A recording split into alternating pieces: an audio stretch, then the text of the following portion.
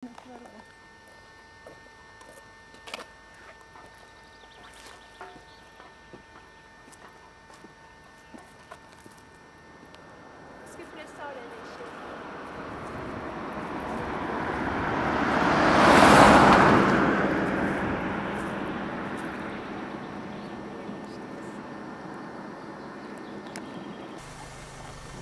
bus gerai.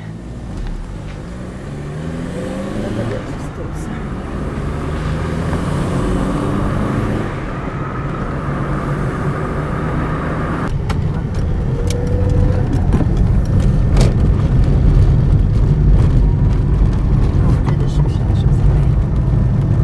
Čia kelias į dviratinę.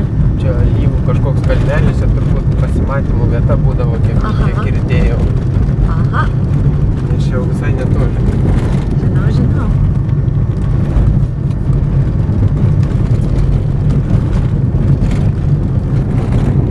Taip va. Čia va šitas fermas yra nusipirkęs tas bekampis. O, tai jis daug žemės prisižada būti mega ūkininkas, ką? Ne mega, nelabai sekasi.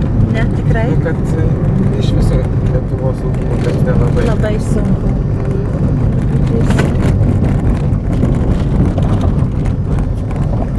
Na ten ant kalniuko jau sodyba.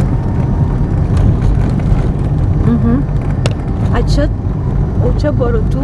Čia fermos. Čia fermos, okei. Tai ten tas ūkininkas, kuris nupirko. Kaip jo vardas? Bekampis. Bekampis, bet jis turi dabar gerą kampą užsigriebęs. Nebegali vadyti Bekampis. Čia va Borutas. O, čia. Tvartas jau nugriautas, čia uraganas. O, ja, čia tie pastatai buvo. Dar kas beliko Borutus? Tas namas liktai jisai gyvenamas. Ir jie žemė čia dirba. Tai jie dar gerai tai kalbai.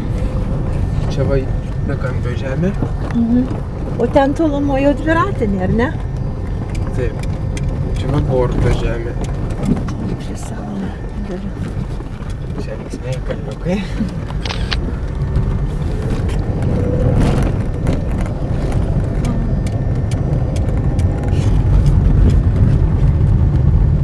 Tėtis žemę atgavo, tai už to kalvelės tenais toks laukas.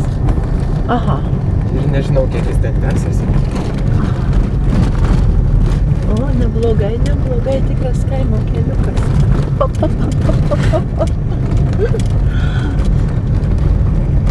Čia džipo reikia. Ko reikia? Kaime džipas labai gerai. O, džipas. Supratau, aš pradžiu.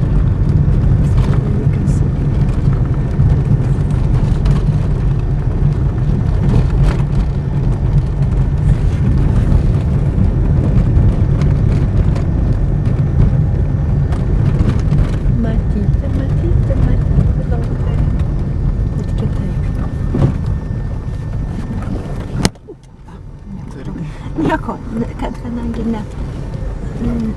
nestiklinis objektyvas, tai bus gerai. Ir ta pati karvutė, kur buvo prieš 22 metus. Arba jos giminaitė. Visos karvės Lietuvoje giminės. Turbūt.